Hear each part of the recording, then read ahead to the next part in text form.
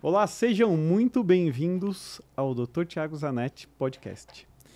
Eu hoje vou falar a respeito de um tema que é uma necessidade fisiológica que muitos precisariam melhorar e nem todo mundo tem. E isso acaba impactando diretamente na vida da pessoa. E para isso, eu trouxe o Dr. Guilherme. Ele vai se apresentar e vocês vão ver qual necessidade que é essa que a gente tem. Primeiramente, Thiago, obrigado aí pelo convite, tá, cara? É um prazer, uma honra estar aqui com você hoje, Prazer é né? Para nosso. falar um pouquinho sobre sono, que vai Boa, ser nosso sono. tema aqui. Bom, eu sou Guilherme Brassanini, né? Sou médico otorrinolaringologista, com ênfase de atuação em medicina do sono e principalmente os distúrbios respiratórios do sono, como ronco e apneia, né? Tenho toda a minha formação aí, capacitação em medicina do sono, fiz minha parte também cirúrgica em sleep surgery, cirurgia robótica transoral. Hoje em dia eu estou na retaguarda também de otorrinolaringologia no Einstein, atendendo consultório particular e empreendendo também, né? Que é uma coisa que a gente tem muito em comum. Sim. Na parte de consultórios, tem uma clínica aí onde a gente também aluga espaço para outros médicos aí, né? Show. Então vai ser um prazer aí ter essa conversa com você hoje. Boa. Guilherme, então assim, para a gente começar, eu queria que você falasse o que é o sono, né? E se existe um sono perfeito, que aquele seria o sono ideal que a pessoa deveria ter. Tá. Primeira coisa, o sono é uma função vital, né? Tá. Eu falo que o sono ele é o grande maestro da nossa vida, né? Se a gente for pensar em pilares de vida, você tem que entender que talvez o sono seja o mais importante deles. Eu tento sempre exemplificar, seja para o paciente, para alguém que estou conversando. Pensa numa noite que você não dorme bem. Como que você consegue viver no outro dia? Como que é o outro dia? Péssimo. É péssimo, né? Então, se a gente vai falar dos outros pilares da nossa vida, parte nutricional, alimentar, nosso físico, exercício, parte hormonal, metabólica, como é que tá, parte mental, como que tá o funcionamento disso se a gente não tem uma boa noite de sono? Sim. E se a gente não Faz tem todo 2, sentido. 3, 4? Então, o sono é uma função vital que talvez seja o grande maestro da vida, né? É o sono realmente que dita ali o ritmo das funções vitais para que nosso corpo, nosso organismo funcione de uma maneira excelente, assim, né? Com excelência.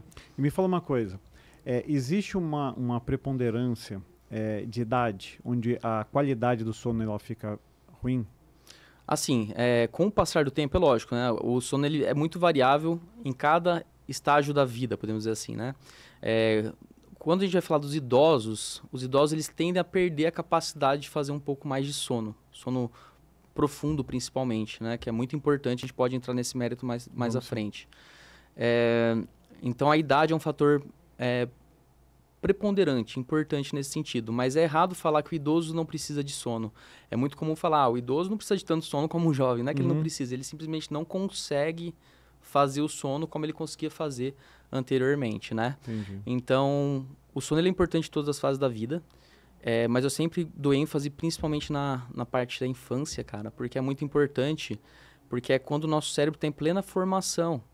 E é como se, por exemplo, o seu cérebro fosse uma floresta e você começasse naquele período da infância a abrir caminhos. Mas tudo caminho de estrada de terra. Estrada de terra, estrada de terra, estrada de terra. É durante o sono que ocorre a pavimentação dessas estradas. Estradas do conhecimento, a estrada da parte de comportamento físico, desenvolvimento neurocognitivo. Olha Né? só. Se você não dorme, você não pavimenta. Né? Então é uma grande oportunidade. Todo mundo aqui sabe qual é a fase mais fácil de você aprender uma nova língua. Sim. É na infância, Criança. porque você está com a capacidade de desmatar aquela floresta e pavimentar. Né? Quando a gente está adulto, todas as pavimentações já estão meio que completas. Para você abrir Sim. tudo aquilo de novo, é mais difícil. Sem dúvida. Então, na infância, eu sempre falo para os pais olharem com atenção o sono dos filhos. Porque muitas vezes a gente não consegue, não existe estudo mostrando o quanto que uma apneia do sono na criança pode gerar de interferência no desenvolvimento neurocognitivo, comportamental. Mas uma coisa é fato. É importante e afeta. Você sabe que, quando você falou isso, né, numa apneia do sono, a gente sabe que isso na literatura, que as crianças que são respiradoras bucais, elas têm um processo cognitivo reduzido, né? Uhum. Talvez pela falta de oxigenação, pela respiração correta. E com certeza, se ela não respira bem durante o dia, à noite, pior ainda. Né? Porque vai estar de decúbito dorsal, né? E acredito eu que seja aí uma função muscular também, né? Para chegar nessa apneia, mas a gente depois, mais para frente, a gente vai detalhar isso daí. E para mim isso fez muito sentido isso que você falou, né? E às vezes a gente acha que criança não tem problema de sono. Sim, muitas vezes eu escuto até de pais falar, mas é que eu achei que fosse normal a criança roncar, né? Porque eu ronquei, meu irmão roncou, o outro irmão dele roncou também. Eu falei, não é normal. E como você falou, né, na questão da respiração oral. Respiração oral pode ser uma consequência de uma necessidade de suplementação oral, né? A gente tá falando para dentistas aqui, não tá? Para todo mundo. Para todo mundo, tá. Todo mundo. Mas pro pessoal que não entende, não é da área da saúde, quando eu falo em suplementação oral, é por causa da falta de capacidade funcional do nariz suprir a necessidade da respiração. Então, se você tem uma obstrução nasal, você suplementa abrindo a boca, respirando pela boca também, né? E a gente vê isso, por exemplo, no aumento dos tecidos linfóides da garganta, que é as carnes esponjosas, né? Então, amígdala, adenoide, né? Se há obstrução, simplesmente não consegue e acaba abrindo a boca.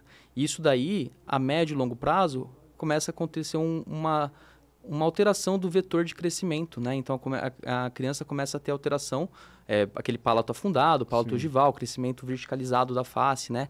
E a gente sempre fala, e os estudos mostram isso, a criança apneica na infância vai ser o adulto apneico também, porque isso vai alterar todo o crescimento crânio-facial, né?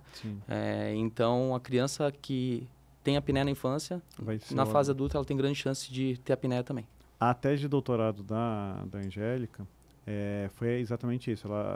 A gente fez o doutorado na radiologia e ela fez em cima de tomografias. Pacientes pré e pós-tratamento ortodôntico e via como as vias aéreas abriam, né? Muito bacana isso. E na criança tem a possibilidade de você fazer expansão rápida de maxila. Teve alguns... Se tiver com alteração desse crescimento, né, palato afundado, a criança ela expande bem, sem necessidade de cirurgia, diferente do adulto, que às vezes a gente tem que fazer uma cirurgia para abrir realmente a maxila. Mas é interessante a gente entender que existem sinais precoces na criança que dá para identificar. Então, eu sempre falo, criança roncar não é normal. Então, vamos investigar sempre, entendeu? Para ver se dá para corrigir o mais precocemente possível para evitar que chegue num quadro mais grave ali, que tenha que resolver quando já tem 9 anos. Então, ao tempo que ela perdeu, né? A gente não consegue quantificar o quanto que isso prejudicou a vida, mas com certeza teve um prejuízo aí sim. Me fala uma outra coisa, em relação aí à criança, você acha que, mesmo se ela dormir com a boca aberta, mas não roncar, pode ter algum prejuízo? Assim, aí eu já não considero, não sou radical nesse sentido, tá? Então, a criança pode sim abrir a boca e às vezes ela tá até respirando pelo nariz, mas tá com a boquinha aberta, né? Então, não necessariamente isso é um sinal de que, poxa, ela tá respirando pela boca aberta durante o sono. Mas já respirar durante o dia com a boca aberta já é mais preocupante, tá? Então, é essa orientação. Às vezes a criança abre a boca mesmo para dormir, né? Então, não precisa ficar fazendo terrorismo em cima disso. Mas durante o dia ficar abrindo boca, com a boquinha sem o velamento labial completo, com aquelas alterações já de relaxamento miofascial que a gente vê caracterizado em criança respiradora oral, bucal. Então aí eu já me preocupo um pouco mais. Você sabe que teve um curso que eu fiz, que era um curso onde colocava um aparelho que melhorava o selamento labial e realmente melhora porque no consultório eu tudo testo em mim antes de fazer no paciente. Uma coisa que eu nunca fiz foi colocar implante porque eu tenho todos os dentes, mas se eu perdesse com certeza eu faria.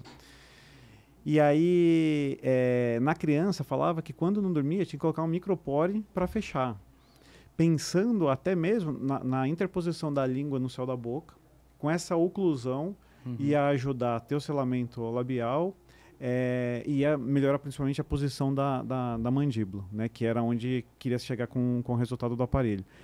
E eu falava, cara, falar pro pai, colocar um micropore pra criança dormir é meio trash, né? Meio trágico. E assim, não tá certo, porque você precisa avaliar se não tá tendo obstrução. Porque imagina, se a criança tá obstruída e você fecha a boca dela, você simplesmente tá sufocando praticamente, né?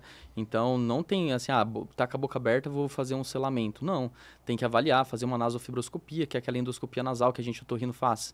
Passa uma câmera no nariz, vê se tem obstrução na parte posterior. Se tiver e obstruir, roncar, ter apneia, é cirúrgico, é remover isso daí, né? E daí, provavelmente, a criança, depois disso, ela consegue fechar a boca. E se ela tiver alteração dentária, a gente encaminha para uma expansão. Se ela tiver alteração miofuncional, para uma fonoterapia. Então, ela consegue ter esse filamento labial depois. Já no adulto, você já ouviu falar da sonoendoscopia? Não. A sonoendoscopia, a gente faz, ela é um exame que é com sono induzido, então é feito em ambiente de endoscopia, junto com o anestesista. O paciente ele é induzido com Propofol, a gente faz o controle através do bis para simular um sono natural, tenta controlar ele ali com o bis para parecer o mais natural possível o sono. O bis é uma monitorização que faz para ver a atividade cerebral. Tá. Então, ele vai de 0 a 100, entre 60 mais ou menos é o que a gente atinge ali para simular um sono natural, 60, Legal. 70. E aí, a gente, com essa endoscopia, a gente faz a endoscopia nasal, que é a nasofibra com o paciente dormindo, por isso chama de sonoendoscopia. O inglês é a DISE, né, que é a Drug Induced Sleep Endoscopy. E aí, a gente consegue ver os parâmetros de sono, né? E tem alguns pacientes que abrem a boca. Tem alguns pacientes que abrem a boca e isso não altera a questão de equilíbrio respiratório, ele tá bem. Okay. Ou tem paciente que tá com a boca aberta, tá com distúrbio respiratório, você fecha a boca, não acontece nada. E tem alguns poucos pacientes, cara, que é engraçado, você vê, tá com uma instabilidade respiratória grande ali, tendo eventos respiratórios, a gente vê pela obstrução, né, vendo mesmo obstruir, e a gente fecha a boca, o cara controla. Mas isso não são todos. É uma minoria, só que a gente vê que tem alguns pacientes que têm essa relação de só fechar a boca já controla. Provavelmente pelo mecanismo que você falou de acoplamento da língua e tudo mais. Mas é engraçado entender. E cada vez mais tem se estudado pressões faríngeas, etc., para a gente chegar a conseguir identificar qual paciente que vai a gente fechando a boca sem necessariamente ter que fazer uma sonidoscopia, que é um exame caro e muito inviável de fazer em todo mundo, né? Mas é interessante a gente entender que tem esse padrão. Então, tem pacientes que vão se beneficiar fechando a boca. Que legal. Nesse curso também, porque foi um curso que me mudou muito, foi nessa época que eu estava pensando em trabalhar com atleta, que eu trabalhei com alguns, foi bem interessante. E ele falou um aspecto que eu sempre achei estranho, mas aí você vai conseguir confirmar para mim. Que ele era super contra tirar, né, as amígdalas, tudo, ele falava que os cornetos cresciam quando o respirador bucal tinha cornetos aumentados, porque o ar não passava, e da mesma forma, como o ar passava pela boca, irritava as amígdalas e isso crescia. Faz sentido que a passagem do ar, por a gente ter passagem do ar nasal, os cornetos eles murcham, e por ter passagem do ar oral, as amígdalas elas crescem. Faz sentido isso, não? Assim, poderia pensar num quadro inflamatório mais agudo, mas não uma questão linfoproliferativa de crescer tecido linfóide, porque eu, assim, desconheço de fato, sabe? Paciente que tem uma amígdala grande, criança, amígdala grande, obstruindo a garganta, fazendo ela não respirar, não tem por que não remover. Tá. Né? Então, existe algumas medicações que você pode tentar utilizar para reduzir um pouco essas tonsilas, principalmente adenoide, que são principalmente corticoides nasais, inibidores de leucotrieno, só que a redução ela geralmente é pequena. E paciente que tem ronco, apneia, é um paciente que, como eu falei para você, a gente começa a brincar com uma coisa que a gente não sabe. Será que esse tempo todo dele tendo apneia, vale a pena a gente tentar um tratamento clínico, sendo que está na nossa cara, escancarado, que está com uma amígdala grande, uma adenoide grande? Às vezes é melhor remover, entendeu? Cirurgicamente. E a remoção ainda é por punch? Que vai ou não? Antes a gente chamava Strudel, alguma coisa assim. Eu não peguei essa fase ainda. Eu vi um médico fazendo isso, mas ele já faleceu porque ele já era senhor. Hoje em dia existem diversas técnicas de cirurgia, né? Desde a frio, a quente, ou até mesmo coblation, que é um plasma. Então existem técnicas, vai depender muito do cirurgião. Eu falo que não existe a melhor técnica. A melhor técnica é aquela que o cirurgião mais domina. Sim, né? faz sentido. Então, e os estudos mostram realmente essa correlação de que as técnicas diversas, elas se parecem assim no desfecho, né? Seja de complicações pós-operatórias ou resolução de quadro clínico. E aí realmente vai muito a técnica, a experiência do cirurgião para escolher a técnica que ele se sente mais confortável, que ele mais faz. Né? Legal, legal. E assim, são dúvidas de verdade que eu sempre pensei. Nunca tinha a oportunidade de sentar com o otorrino para perguntar tudo isso. Não, mas hoje em dia, sim, existem técnicas e técnicas, mas a maior necessidade durante uma cirurgia é você achar direitinho o plano, né, descolar bem essa amígdala sem tirar músculo, sem tirar nada mais, entendeu? Então hoje em dia tirava também. Hoje em dia antigamente tirava, colocava ali uma guilhotina, né? Colocava e retirava e puxava aquilo. Às vezes técnicas também que operava com instrumentos não tão adequados. Entendi. Então hoje em dia, se a gente definir uma técnica boa, seja com ela a quente e frio, é você realmente fazer ela no plano, tirando bonitinho, sem tirar músculo, sabe? Tudo legal. Certinho. Eu vou dar uma mudada aqui na ordem das coisas que eu tinha pensado para você, que eu acho que o tema está indo... A gente começou a falar a respeito, né, do ronco, da apneia. Eu acho que eu queria continuar e depois a gente volta para a parte do sono em si. Tá.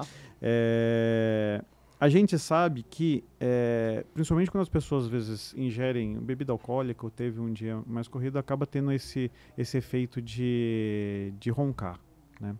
Queria que você explicasse um pouquinho o porquê disso, se tem um fator químico associado ou é só realmente cansaço físico. Tá. Ambos, tanto cansaço físico quanto a parte de utilização de bebida alcoólica, está relacionado a fator muscular.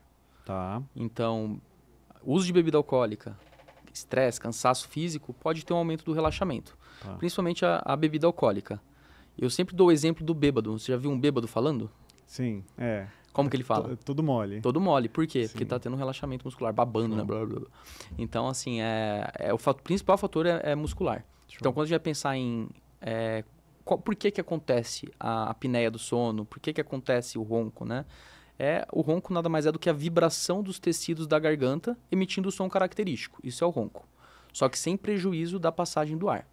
Quando esse ronco acontece, só que a obstrução dessa passagem de ar, a gente está falando também da apneia. Por isso que o ronco é o principal sintoma da apneia, só que não necessariamente todo mundo que ronca tem apneia, tá? Mas todo mundo que tem apneia tem ronco. Não necessariamente também, cara. Tem pessoas... Porque quando a gente vai falar da apneia obstrutiva do sono, a gente pode ter desde a obstrução completa até obstruções parciais. Então, às vezes, obstruções parciais limita ali o fluxo, o paciente não tem vibração, nada, não ronca. Sim. Às vezes, o paciente, durante um quadro de apneia completa, a apneia é completamente silenciosa. Então, presta atenção, vou tentar simular uma apneia aqui. Então, o paciente está respirando, de repente ele obstruiu. Aí ele para de respirar. O que ele parou de respirar não está fazendo barulho, ele está esforçando para tentar vencer o ar. Tentou, uma hora ele recupera esse fôlego. Esse fôlego, a recuperação pode ser silenciosa, ele fica só ofegante, ou pode ser um ronco ressuscitativo, que a gente fala, que é aquele... Entendi. E isso acontece bastante, né? Então, pacientes, às vezes você vê, o cara tá lá sufocado, de repente ele tem um ronco ressuscitativo. Então, a apneia pode ser, sim, silenciosa. Entendi. Tá? Caraca, não sabia Mas o dizer, principal não. sintoma da apneia do sono é o ronco. Mas quais outros sintomas que a gente pode perceber? Acordar muito com a boca seca, acordar cansaço, com sonolência, alteração de memória recente, dor de cabeça pela manhã, né? Vontade de dormir durante o dia, né? Uma sonolência diurna importante, né? São sinais aí precoces que a ronco pessoa... muito? Porque tudo esse sinal que eu tô sentindo. Mesmo lá. Mas isso daí, então, esses sintomas também eles se coincidem com alteração na qualidade do sono em si, não necessariamente só ronca apneia, mas também sono insuficiente, alterações de ritmo biológico, hormonais e tal. Você sabe que é muito engraçado. Eu sou uma pessoa... Como eu tenho a parte científica muito presente nas minhas decisões, principalmente decisões clínicas, eu sou muito cético quando alguém fala alguma coisa. Então, eu preciso colocar em prática. Uhum. E aí, no curso do Joel, do Performance, ele falou a respeito, né, da qualidade, da temperatura, da luminosidade. E a gente deixava a porta do banheiro aberta. Aí tudo bem. A partir do momento que a gente fechou e colocou ar-condicionado no quarto, o sono virou assim, né? É sensacional. E aí eu queria falar com você, porque a gente sabe que algumas pessoas utilizam algumas medicações para dormir. Tá. Né?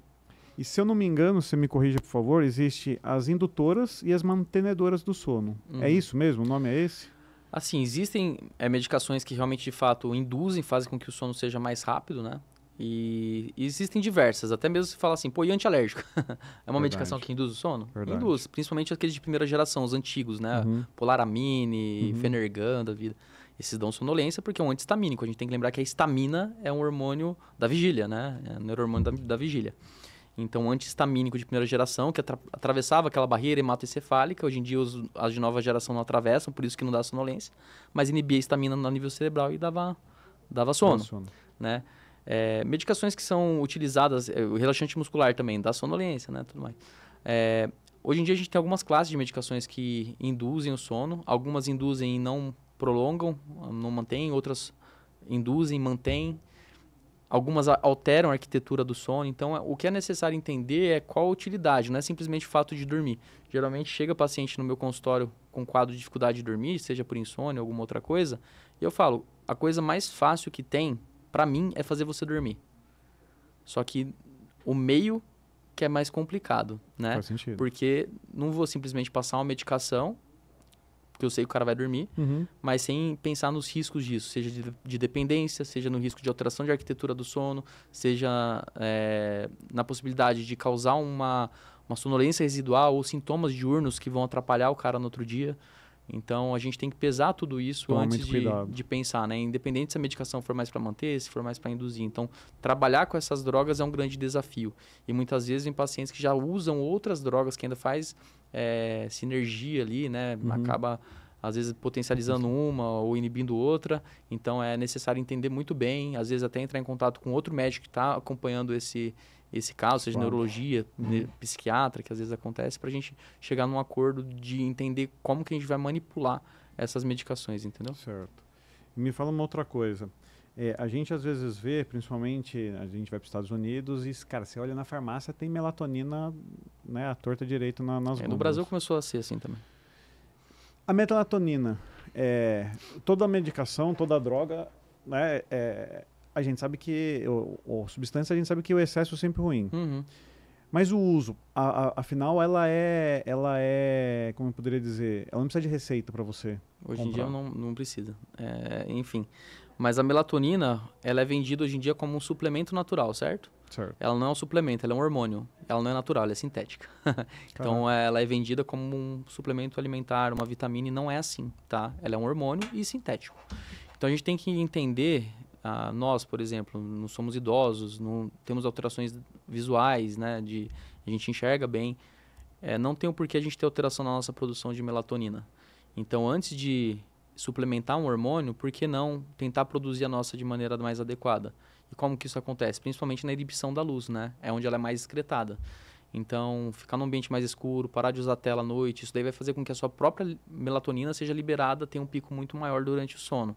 Show. Então, antes de suplementar, é ideal a gente fazer realmente, regular nossa higiene do sono para fazer com que a gente produza melhor a melatonina. Ela tem usabilidade clínica? É claro que tem, né?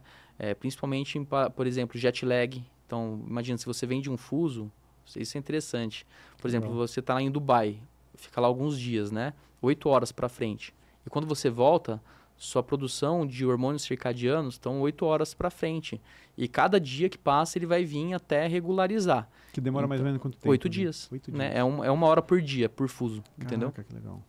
Então, nesse período, para readaptação, a gente pode sim fazer o uso da melatonina, porque ela está sendo produzida muito tardiamente, para a gente sinalizar e ajudar a esse relógio ressincronizar, podemos dizer assim. Olha, né? que interessante. Seja tanto para ir quanto para voltar. É legal, você pode fazer o uso da melatonina desse jeito, mas em doses baixas, só de sinalização.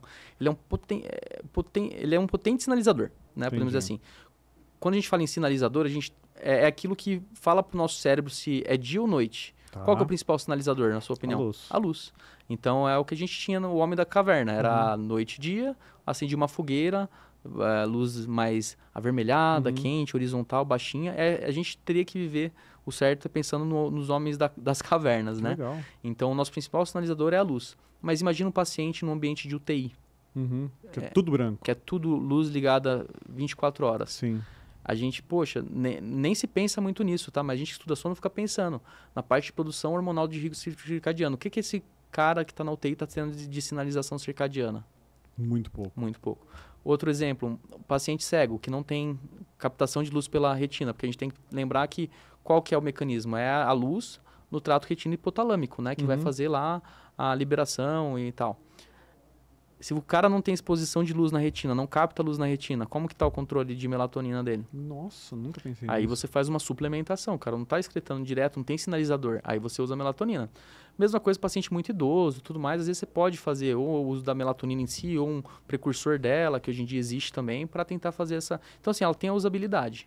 E uma outra coisa também é distúrbio de ritmo, que a gente chama de jet lag social. Às vezes o cara... dorme diferente no período do fim de semana, também trabalhador por turno, né? O cara que vira à noite, você tem que dar uma melatonina no horário para ele conseguir dormir e ter uma qualidade de sono, né? No horário que ele dorme. Então tem usabilidade da melatonina. Só que falar que usar melatonina para insônia, não. Entendi. Para melhorar a qualidade do sono, também não. Mesmo tendo pessoas que referem que melhoram, né? Entendi. Aí a gente fala, será que é um efeito placebo? Será que realmente de fato melhora? Vai vir muitos estudos ainda, mas os que tem hoje em dia não nos deixam afirmar que utilizando a melatonina você vai ter uma melhora do da qualidade do sono. E, assim, não é droga para tratar insônia, por exemplo. Né?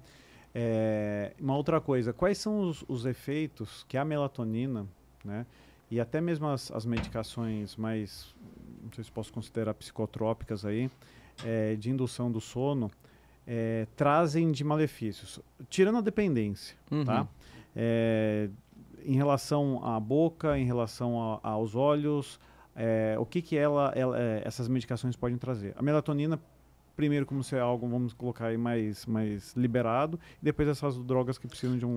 A melatonina, os principais efeitos colaterais que a gente enxerga da melatonina é pesadelo, cara. Então, o paciente às vezes usa melatonina, tem pesadelo. Às vezes você tá vendo o paciente pela primeira vez e ele fala, tô tendo muito pesadelo. Toma melatonina? Toma. Falei, para a melatonina. Entendi. Primeira coisa. E também é aquela dor de cabeça pela manhã. Às vezes eles sentem com muita dor de cabeça pela manhã. É uma cefaleia, né? E também sonolência residual. Então, são os principais fatores aí. Quando você pensa em drogas, principalmente benzodiazepínicos e tudo mais, o benzodiazepínico ele pode dar alteração. Aumentar a apneia do sono, alterar a arquitetura, então fazer com que o paciente, além da dependência, ele tenha efeitos durante o dia, ficar mais sonolentos, né? E também começa a ter os efeitos relacionados às outras coisas, a privação de sono, não de quantidade, porque ele vai dormir, mas de qualidade de sono, a eventos respiratórios que vão junto, entendeu? Então, cada droga tem sua finalidade, assim, tem muitas, na verdade. Mas essas são as principais. Uma droga que, quando eu comecei a mexer com sono, 6 anos atrás, era muito bem vista no sentido de, tipo assim, no caso de dependência, é uma medicação super boa, é fácil de controlar, que são as drogas Z, o Zolpidem, por exemplo, né? Então, naquela época, era uma medicação que a gente passava achando que não ia ter tanto problema. Só que começou a ver-se que tem muita dependência, similar até mesmo ao benzodiazepínico. Amnésia, né? O paciente às vezes toma a medicação, esquece na hora que tomou, toma mais um comprimido, esquece, toma mais um, do nada você vê que tomou uma cartela. Isso não é incomum de ver em consultório. De acidentes por causa disso também. Às vezes o cara manda uma mensagem comprometedora, não se lembra que mandou, acorda, arruma a casa, vai não sei na casa de quem, que volta, não lembra o que aconteceu. Então a amnésia retrógrada assim está acontecendo bastante também. Então, e além da dependência. Você sabe que no consultório tem alguns pacientes que pedem às vezes para ser sedado, né? Eu sou super contra, porque para operar, eu falo que o médico e o bucomaxilo que vão para o hospital para operar a cavidade oral, com o paciente sedado é muito complicado. Você não tem... Não, vira um pouquinho para lá, vira um pouquinho a boca, você não tem isso, né? Sim, sim. E eu prefiro que vá um anestesista no consultório do que eu dar uma medicação, principalmente por depressão respiratória que pode ter, né? A gente acaba não tendo esse controle. E eu tenho umas histórias muito engraçadas. Tiveram rebote e não sabia. Na hora da cirurgia, eu tinha uma paciente que ela tinha muito medo. Ela passou num psiquiatra, passou no cardiologista, não, liberou tudo certinho, não lembro que medicação que era, mas no meio ela tirava o campo e falava, eu te odeio, e colocava o campo. Assim. Então, né, essa amnésia passa a ser muito complicada, porque você não sabe o que é. E toda vez que dá, eu sempre falo para alguém para acompanhando, só você vai ficar do meu lado, porque não sabe que, né, pode depois acusar de alguma coisa. Você falou, dentro das drogas, eu te perguntei isso pelo seguinte, eu já tinha uma vez escutado falar que ela causava muita secura na boca, essas drogas, né? E nos olhos. E dentro de tudo que eu estudei, o bruxismo, que é uma das minhas grandes, pode parecer louco falar, mas uma das minhas grandes paixões, toda a minha carreira eu construí atrás da cura do bruxismo. Tudo que é curso que falaram, e não tem. Né? Você pode controlar, você pode amenizar, você pode tirar alguns fatores, mas curar você não vai curar. E eu sei que o bruxismo está muito relacionado à qualidade do sono. Eu queria que você destrinchasse isso um pouquinho para mim, por favor. Legal. Então a gente tem que entender que o bruxismo noturno, né? Ele é um distúrbio de movimento do sono, tá? Então é nada mais do que as atividades rítmicas da musculatura mastigatória, principalmente, né? E pode ter durante o sono tanto bruxismo tônico quanto fásico ou tônico-fásico, né? Essa mistura. Então, ou ranger ou apertamento de fato, né? Para ilustrar melhor um pouquinho, né? E ele pode estar relacionado a despertares, né? Então, aumento da atividade muscular gerando um despertar cortical, né? E isso pode gerar uma fragmentação do sono, atrapalhando de fato a qualidade do sono. Então, bruxismos severos, eles podem sim fragmentar o sono, fazer com que a pessoa não chegue a sono profundo, sono REM adequadamente, além da microfragmentação alterar, né, tem incursões do sistema simpático, porque quando a gente dorme, a gente tem o sistema parasimpático, que é o do repouso. Não sei se vocês lembram disso, mas o sistema simpático é aquele da fuga do leão. Então, quando tem ativação do sistema simpático, tem ativação, aumento de frequência cardíaca, hormônios ali que podem fazer com que causem desautonomia. E isso, a médio e longo prazo, prejudicar o indivíduo como um todo, inclusive predispondo a doenças cardiovasculares, né, neurológicas e tudo mais. Então, veja só, a gente está falando de um bruxismo, né, que para algumas pessoas pensam que... Mas é por isso que deve ser investigado. E a gente tem que entender também que, lógico, o bruxismo pode ser um bruxismo primário ou idiopático, você não sabe qual a causa, ou pode ser secundário também, né? Então, sempre que a gente tem um paciente com queixa de bruxismo, a gente tem que investigar a relação de duas principais coisas dentro da otorrino. Parte respiratória, nasal, se ele está tendo alguma resistência de via aérea, respira mal pelo nariz, isso é importante. E também ver se o paciente está tendo uma boa noite de sono, porque ele pode ser secundário a uma apneia obstrutiva do sono. Aí um terceiro também é o refluxo. Tá? Então pode ser também secundário a refluxo, tá? E a gente tem até uma tríade, né?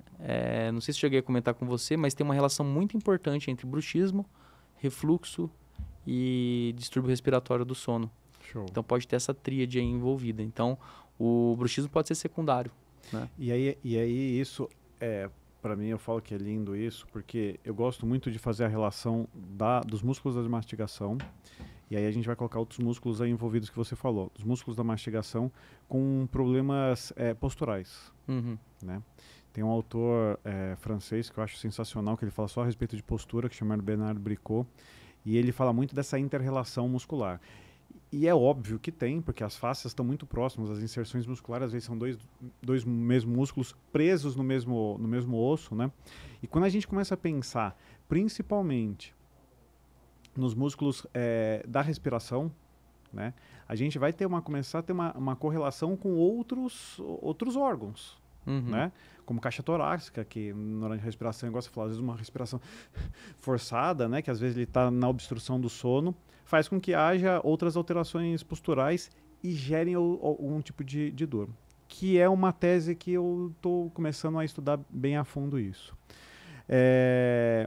Dentro do que a gente vê aí, que você falou a respeito do refluxo, né?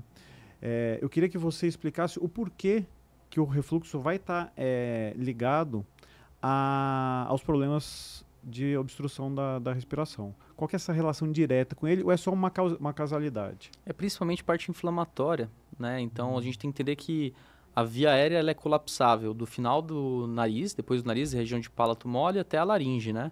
E o refluxo, o esôfago, né, ele começa ali na região retrocricoide, atrás da laringe, né? Então, uma região muito íntima, né? A ponto de que, quando a gente engole um alimento, a nossa epiglote ela é uma tampinha que fecha a laringe para o alimento passar pelo esôfago, né? E o que prende esse esôfago, deixa ele fechadinho, é o esfíncter, né? Tem o esfíncter esofagiano inferior, que é o que ele transita do estômago para o esôfago, e o esfíncter esofagiano superior, que transita ali já para a região faríngea. Então, se você tem um refluxo de ácido para a região faríngea, você tem um quadro inflamatório daquela região, né? Uma alteração mesmo, que acaba tendo uma alteração funcional que pode alterar a apneia. Difícil um refluxo, sinceramente, ser um fator primário de uma apneia, mas ele é um fator agravante, com certeza. Né? Pode ser um fator agravante. Né? E é muito, muito legal, Guilherme, que assim, o paciente chega no consultório, eu sei se ele tem refluxo ou não. Porque, principalmente quando tem resina no dente, fica percolada, né? Fica amarelada. E a gente fala para as pessoas acham que não, né? E todas essas informações que você está falando, eu acho muito, muito bacana, muito interessante, porque a gente até conversando ontem, eu falei de um paciente que foi na clínica, e aí a mulher dele comentou, e aí eu falei para ele, ele quer fazer um procedimento estético, a gente colocar lente, eu falei, a gente precisa tratar esse refluxo aí. Ele falou, mas não tenho. Vou procurar o gastro, que provavelmente tem alguma coisa. Mesmo que pode ter sido antes, né? Ou já esteja curado. Sim. Mas como ele relatou a apneia, me chamou mais atenção isso. E, Thiago, às vezes ele vai no gastro e o gastro fala que não tem refluxo, porque o refluxo gastroesofágico ele é diferente do refluxo laringofaríngeo. Então, às vezes, o cara não evidencia em endoscopia nenhuma alteração. Só que o cara tem um refluxo laringofaríngeo, porque a mucosa ali respiratória ela é muito mais sensível ao ácido do que a mucosa do esôfago, a mucosa gástrica, que está mais acostumada a um pH menor. Então, muitas vezes se altera, tem um quadro inflamatório na região laríngea e não tem alteração nenhuma em estômago e esôfago. E aquele exame que eu te falei no começo do podcast, a nasofibra, a gente consegue enxergar essa região e ver se tem um quadro inflamatório. Sinais sugestivos de refluxo laringofaríngeo, até que a gente coloca, né? Laringite posterior com sinais sugestivos de refluxo laringofaríngeo. É o laudo da nasofibra quando a gente faz, quando tem essas alterações, né? E aí, lógico, tem graduações e tudo mais que a gente consegue identificar. Mas tem essa relação muito importante. E tem pessoas que têm... Não sei se você já sabia disso, isso é interessante. Tem pessoas que têm refluxo e acham que é apneia. Por quê? Porque elas acordam engasgadas. Meu sogro. Elas acordam engasgadas e falam, doutor, eu acordei engasgado, eu tô com apneia do sono. Aí eu pergunto, uma pergunta que é muito importante. Quando você acorda engasgado, você já volta a respirar na hora ou demora alguns segundos? Ah, doutor, demora alguns segundos. Então, possivelmente, isso é um laringoespasmo secundário a um refluxo. Porque a nossa laringe ela tem receptores ali que protegem ela. Então, se você tem ácido caindo naquela região, às vezes ela pode ter um laringoespasmo, fechar. E esse fechamento demora uns segundos para voltar.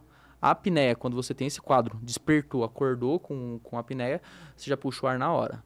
E a apneia não é normal fazer o paciente acordar. O paciente não é normal acordar com quadro de apneia. Mas ele pode acordar, pode inclusive sonhar que está sufocado, etc. Mas não é tão comum. Então, a gente tem que fazer esse diagnóstico diferencial. Quando o paciente chega com uma queixa de engasgos noturnos, que acorda sem ar. Né? Já teve de falar, vou perder meu sogro, de ir lá e tal. E ele fala, não, tá tudo assim, né? Casa tudo, porque ele fala, não, peraí. Ele tenta do jeito dele lá, todo. E aí vai começando a descer, né? E tudo bem que ele ronca também bastante, mas... tem que avaliar, pode ser, né? Mas tem que avaliar e pode ser os dois também. Pode ser os dois. Pode ser que ele tenha apneia, pode ser que tenha refluxo. E como a gente falou, tem uma relação aí. E tem cura a apneia? A apneia tem cura. É lógico, vai depender de você ver o fator causal, né? O que está causando. Mas existem diversos possíveis tratamentos, sendo que o considerado padrão ouro pela Academia Americana de Medicina do Sono é o CPAP, né? Que é um aparelho de pressão positiva que joga uma pressão para dentro da via aérea e impede com que essa via aérea feche, né? Então, a apneia nada mais é do que o fechamento, certo? Sim. Devido a uma pressão negativa na faringe, né? Então, você já ouviu falar do efeito de Bernoulli? Não. O efeito de Bernoulli é quando há um fluxo de um ar, um líquido, por uma parede cilíndrica, ele tende a fazer com que essa pressão negativa gerada por esse fluxo faz com que as paredes tendem a fechar, encontrar uma com a outra. Então, esse é o efeito de Bernoulli. Então, a via aérea é a mesma coisa. Sempre tem uma pressão uma pressão negativa e sempre nossos músculos dilatadores, principalmente o genioglosso, tentando fazer com que essa via aérea mantenha-se aberta. Show. Quando o dilatador não consegue dar conta, ela fecha, né? Mas fecha por causa dessa pressão negativa. Então, se você joga uma pressão positiva, que é o CPAP, você tem um tratamento. E aí você tem que titular qual a pressão necessária de tratamento para esse paciente com o CPAP, né? Então, não existe só o CPAP, existe também o BiPAP, que é um bilevel, mas tem que identificar primeiro qual que é a causa, a gravidade e tentar fazer a indicação correta de tratamento. O BiPAP, ele é menorzinho, é isso, né? Não, o BiPAP, na verdade, ele é bilevel. Ele tem tanto uma pressão inspiratória de tratamento quanto também expiratória. Então, quando você demanda altas pressões no CPAP, às vezes o paciente não consegue, ele se sente desconfortável por causa da questão expiratória, porque como tem uma pressão inspiratória, ele não consegue, às vezes, vencer. Aí você coloca um BiPAP para ele se sentir mais confortável, porque daí tem um alívio expiratório também. É como se fosse pulsos. Joga o ar para ou ele Não, ele é puxa? contínuo, é continuous. CPAP é Continuous Pressure, Positive Airway Pressure. Entendi. Então é uma pressão positiva contínua dentro da via aérea. E deve ser difícil, né?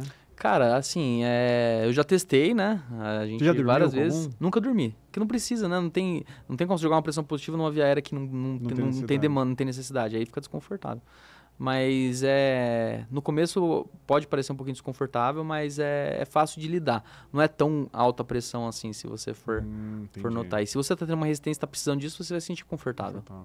E todo CPAP, todo aparelho, mesmo BiPAP, você precisa ter um oxigênio ali? Ou não tem oxigênio, não. É pressão só. É pressão. É pressão. Não é capta oxigênio. do ar. Exato. É pressão positiva. Não E é grande o equipamento? Cara, existem alguns modelos, mas não é não. Tamanho de uma caixinha, assim, menor que uma caixinha de sapato. E coloca a máscara como se fosse máscara de aviador, assim. Mas a gente sempre dá preferência à máscara nasal. A gente fala interface nasal. Então, por isso que o nariz tem que estar bom. Então, cara, eu canso de operar paciente septo, corneto, não para tratar a apneia, porque a cirurgia nasal, na maioria das vezes, não melhora a apneia do sono. Pode melhorar, mas a literatura mostra que não tem essa relevância estatística, não. Então, a gente nunca pode prometer que vai operar o nariz e vai melhorar a apneia e o ronco. Pode ser até que piore. Mas a gente opera para melhorar a adesão ao CPAP. Entendi. Porque é um cano, né? Se você tem um cano obstruído, a pressão que você tem que fazer para atingir esse fluxo é muito maior. Então, o paciente começa com uma cirurgia nasal, nariz bom, ele acaba tendo uma adaptação melhor ao CPAP, porque a demanda de fluxo ela é menor, ele resseca menos o nariz, tem menos... Então, assim, é muito comum a gente, às vezes, operar o nariz para botar o CPAP no paciente. E o paciente, quando coloca o CPAP, ele ainda pode roncar?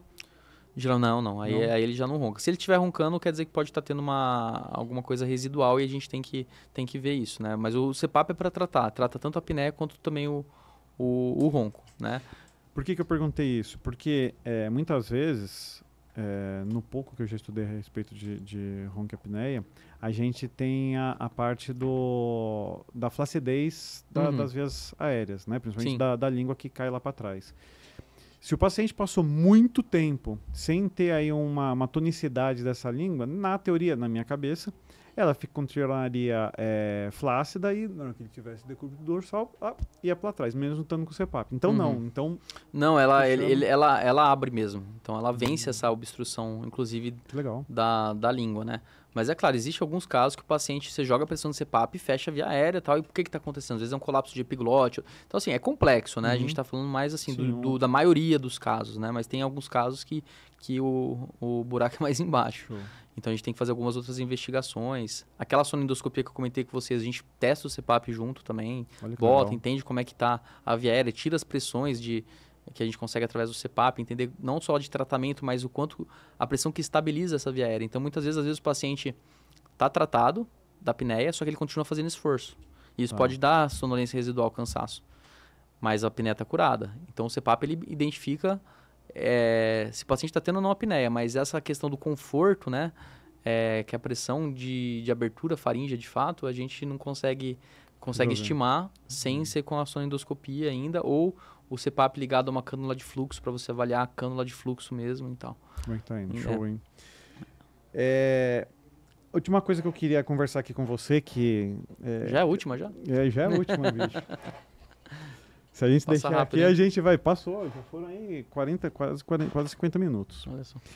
O Gui, queria que você falasse um pouquinho do ciclo do sono, porque de tudo isso que a gente falou, e foi até bacana a gente deixar isso pro final, porque aí eu quero que dentro do ciclo do sono, eu deveria ter colocado uma imagem aqui que seria até legal para a gente conversar. Mas dentro do ciclo do sono, eu queria que você falasse das fases, né? Aonde que o bruxismo ele pode estar localizado, aonde que a apneia está localizada e aonde que, principalmente hormônios que vão ser reparadores, que vão ajudar em todo esse processo, né? Que a gente brincava que a mãe falava, nossa, se você não dormir, você não vai crescer, né? Onde dentro dessas fases do sono, cada coisa está localizada. Que eu acho que isso é importante para entender por que às vezes a pessoa tem aquele soninho que toda hora está acordando e às vezes tem um pesadelo mais profundo lá do final. Legal. Boa, então isso daqui é a arquitetura do sono. Isso. Então, dentro daquilo que a gente falou, né, daquelas perguntas, tudo, conta para mim então como seria. Isso aqui é um sono ideal. Tá? Sono então, ideal, sono legal aqui. Se a polissonografia de todo mundo mostrasse isso pra gente, seria bacana, né? Mesmo ele tendo tido alguns despertares, eu vou mostrar pra vocês. Então, aqui você vê, ó, acordado, né? Essa linha. Sono REM. N1, que é o estágio mais leve do sono. O N2, que é um estágio ali que ele fica... É meio termo, mas é o estágio que a gente geralmente mais passa tempo durante a noite. E o estágio 3, que é o sono profundo, também conhecido como sono de ondas lentas. Então, você viu, né? Para começo de conversa, a galera confunde muito REM com sono profundo, acho que é a mesma coisa. Não é. Então a gente tem o sono REM, que é o Rapid Eye Movement. Esse nome é dado por causa que a gente tem movimento rápido dos olhos durante o sono. Então a gente tem relaxamento, atonia de toda a musculatura. A gente fica sem se mexer. e só o movimento dos olhos, movimento da respiração Aquela e só. fase que você levanta o braço da pessoa tá molengo. Tá mole, o cara tá atônico, né? Tem até uma parassonia interessante que acontece nessa fase, que é que é a paralisia do sono. Já ouviu falar da paralisia do sono? Não. É quando o paciente acorda, a pessoa acorda, tá paralisado, não consegue se mexer. E aí ela acha muitas vezes que está passando por uma atividade paranormal, às vezes acha que tem uma pressão forte no peito, que tem alguma coisa no quarto. Isso é a paralisia do sono. E por que ela acontece? Porque o seu cérebro desperta, só que o seu corpo continua em atonia, sem resposta muscular. E como você está numa fase REM, que é onde a gente mais tem sonhos, geralmente você está com pensamentos mesmo meio confusos, assim. Que legal. Então acaba... É lógico, tem gente que vai falar, não, mas isso tem causa espiritual. É outra coisa, tô falando da parte científica, né? Show. Que é o que explica, é a parte de sufocamento, tá com relaxamento muscular, fica mais pesado de respirar mesmo. E aí, o que fazer nessa fase, se tiver um episódio desse, é entender que é um episódio benigno e tentar aos pouquinhos mexer extremidades, dedo do pé, dedo da mão, enfim. Mas é só interessante de comentar, Bom, então a gente tem, se você vê, cara, durante a primeira metade, isso é muito interessante, tá? Então a gente não é simplesmente dorme, desliga e fica numa fase do sono só, que é o cérebro desligado. Sim. Não, a gente gasta muita caloria, nosso cérebro está em plena atividade durante o sono. E a gente tem de 4 a 6 ciclos, aqui tem a representação como se tivesse tido 5 ciclos de sono por noite. Cada ciclo o paciente geralmente passa pelo sono leve, sono de transição, sono profundo e um pouquinho de sono REM. Primeira metade percebe que ele tem mais sono profundo. E na segunda metade, mais sono REM. Isso por isso que eu falei que isso daqui seria o ideal mesmo, porque geralmente é isso que acontece, tá? Então, a gente tem mais sono profundo na primeira metade, mais sono REM na segunda metade, tá? E aí, o que é interessante? Todas as fases, elas são importantes, tá? Mas vamos falar das principais, que é o sono REM e o sono profundo. Para simplificar e não ficar muito confuso, eu falo que o REM ele é o principal responsável pelo reparo neurocognitivo comportamental. Então, é a fase do sono que vai ser responsável por limpeza de toxinas cerebrais, pela parte de memorização, seja de um aprendizado, seja de um movimento para um atleta, né? Então, é a fase que você tem maior reparo a nível cerebral de descanso, né? E etc. Tá? Então, isso é o REM, tá? Show. A atividade cerebral no REM está semelhante à vigília. Então, nosso cérebro está em pleno funcionamento, tá? Com a atividade cerebral semelhante à vigília, né? E com a atonia muscular. Então, você falou, qual que é a fase do sono que talvez o cara mais possa ter apneia? Não são todos, mas por ter atonia muscular, tem pessoas que têm apneia REM dependente, tá? Então, pioram durante o sono REM, seja em número de eventos, seja em gravidade de eventos, seja... Alguns têm só eventos em REM, então não são todos pacientes, não é exclusivo. É mais comum mulheres pós-menopausa apresentar apneia em REM, tem mais relação com a parte neuromuscular também, então lembra que a gente falou a parte... O fator de risco de apneia tem diversos, né? Anatômicos. Sim. E tal, mas tem também fatores neuromusculares. Então, quando tem neuromuscular, você já pensa numa resposta neuromuscular alterada. Se você tem uma atonia muscular, você vai ter mais episódios nessa fase. Então, esse é o interessante do REM. Mas na segunda metade, daí você perguntou por que a gente parece que sonha mais na segunda metade? Porque Sim. sonha mesmo. A gente pode sonhar em qualquer fase, tá? Isso é interessante de falar. A gente pode sonhar em qualquer fase. Só que durante o sono REM, a gente tem um sonho de cinema. São sonhos roteirizados, coloridos, legal. Com começo, meio, fim. Você corre, joga bola, revive uma coisa, voa. Enfim, parece... É aquele que você acorda e fala, caramba, não era sonho. Era realidade. Então, tem roteiro, né? Porque tem gente que fala, poxa, mas eu tiro um cochilo e já sonho. Uhum. Você sonha, em qualquer fase do sono você pode sonhar, mas Sim. são sonhos mais básicos, assim. Sim. Muitas vezes sem cor, ou enfim. Interessante. Isso é interessante. Isso é interessante. Bom, vamos para outro importante, que é o N3. Você perguntou da questão hormonal. Sim. A gente no N3 tem o maior pico de produção de GH do dia. Que é o hormônio de crescimento. De crescimento. Então vai lá o bonitão, faz academia, gasta em suplemento alimentar, tudo, e fala, porra, não tenho tempo para dormir, vou dormir 4 horas. Você já era, você perdeu esse aqui, ó. Tá? Então a produção de GH, então... Todos os suplementos que você tomou foi pro saco porque você não produziu o hormônio da maneira adequada. Então, olha a importância do sono também para a parte de reparação tecidual. Então, o GH não é só crescimento e hipertrofia, é reparação de tecidos, né? Então, nessa parte ele é muito importante, né? Parte de prevenção, de replicação celular de uma forma errada, etc. É onde ocorre controle cardiovascular, onde ocorre controle glicoinsulinêmico, metabólico, hormonal, né? Então, Isso ocorre tudo durante o sono profundo, né? Pacientes com diabetes têm geralmente muito distúrbio do sono? Pode ter, porque altera realmente o metabolismo líquido insulinêmico, causa desbiose intestinal. Então, assim, são coisas que podem fazer. Lembra que eu falei no começo do podcast? Que pode ser um fator de risco para desenvolvimento de outras doenças hormonais, como, por exemplo, diabetes. A apneia do sono, ela pode acontecer por algumas questões, né? Então, isso é muito interessante, né? Então, em questão de controle hormonal, e eu gosto muito de falar do principal fator de risco, um dos principais, se não o principal, que é a obesidade de apneia do sono, né? Então, a obesidade vira uma bola de neve. Quanto mais o cara ganha peso, mais ele tende a ter apneia. Quanto mais tem alteração do sono, mais ganha peso. Por quê? Primeiro, o cara não dorme bem, vai ter vontade de fazer exercício? Não. O cara começa a ter alteração do controle glicoinsulinêmico, né? De alteração a nível de glicose mesmo, né? Desbiose intestinal. A alteração o cara reduz a produção de leptina, que é o hormônio da saciedade. Aumenta a produção de grelina, que é o hormônio da fome. O cara começa a ter mais ativação do córtex primitivo. Então, ele age por impulso. Caraca, então, é um cara que é mais nervoso, mais ansioso, dá uma resposta meio torta para alguém, mas é também a pessoa que segunda-feira à tarde vê um brigadeiro e come.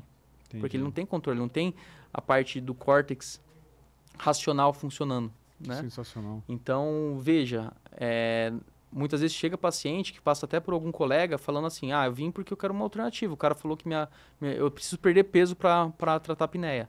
Eu falo, calma, a gente precisa tratar a tua apneia para tratar teu peso também. Então, assim, primeiro vamos tratar a apneia, paralelamente começar a trabalhar, então, as medidas junto com o endócrino, enfim, para poder começar a ter também essa perda de peso. Que animal isso, hein? Então, é uma relação muito importante. Então, você vê, né? É muito bonito. Por isso que eu falei, é o maestro, não é o maestro? Sim. É o cara que é o que rege a vida. A gente volta para o começo do podcast aqui. Então, se falar para mim qual o maior pilar da saúde, para mim é o sono, porque ele está diretamente relacionado a todos. Se você não dorme, você não consegue fazer mais nada, cara. Guilherme, cara, virei seu fã, bicho. Eu que sou seu. Cara, sensacional, assim, para mim foi uma baita de uma aula que você deu aqui pra gente. Eu acredito que todo mundo que acompanhou aprendeu demais. Eu acho não, né? Eu tenho certeza que ninguém sabe da importância do sono. Ninguém sabe. Pelo menos não como deveria, né? Como deveria. Só quando tem problema que vai atrás, né? Eu acredito muito que nós que estamos numa mesma faixa energética, que a gente estuda, que a gente vai atrás, que a gente quer o melhor para o paciente, a gente não quer só tratar ele, a gente quer saber a causa para conseguir tratar. Uhum. Eu acho que essa relação que cada vez mais de profissionais, principalmente os profissionais da área de saúde que vêm aqui, eu tenho certeza que a minha escolha foi certa, que contribui muito por aquilo que eu penso. Com certeza você vai ser um baita parceiro profissional de muitas perguntas que eu vou fazer, muitos pacientes que eu vou encaminhar para você, para a gente conseguir dar a melhor qualidade de vida para o paciente. Sim. E aí, falando de questão de parceria mesmo de consultório, podemos dizer assim, tem coisa melhor do que você ter um feedback, cara? Sim. Eu sempre falo assim, eu sempre prezo muito para ter feedback. Então, se você encaminhar um paciente para mim, eu vou dar o feedback para você entender o que está acontecendo com o paciente. Assim como se eu encaminho um paciente para você, eu espero esse feedback. Claro. E às vezes a pessoa não nota que isso é muito importante, né? Porque às vezes o paciente vai chegar lá, você me encaminhou tal, o que o doutor falou? Aí você fala, poxa, não sei.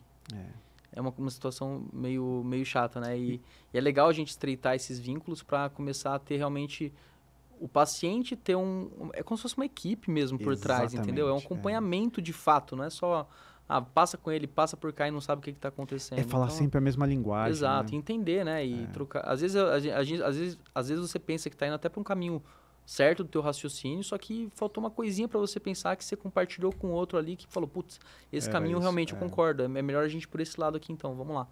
Então, essa que é a ideia, né? Eu acho que isso é fantástico e a gente como profissional ganha, porque a gente vai ter essas oportunidades e o paciente com certeza ganha também. Sim, o maior beneficiado é o paciente, sem dúvida.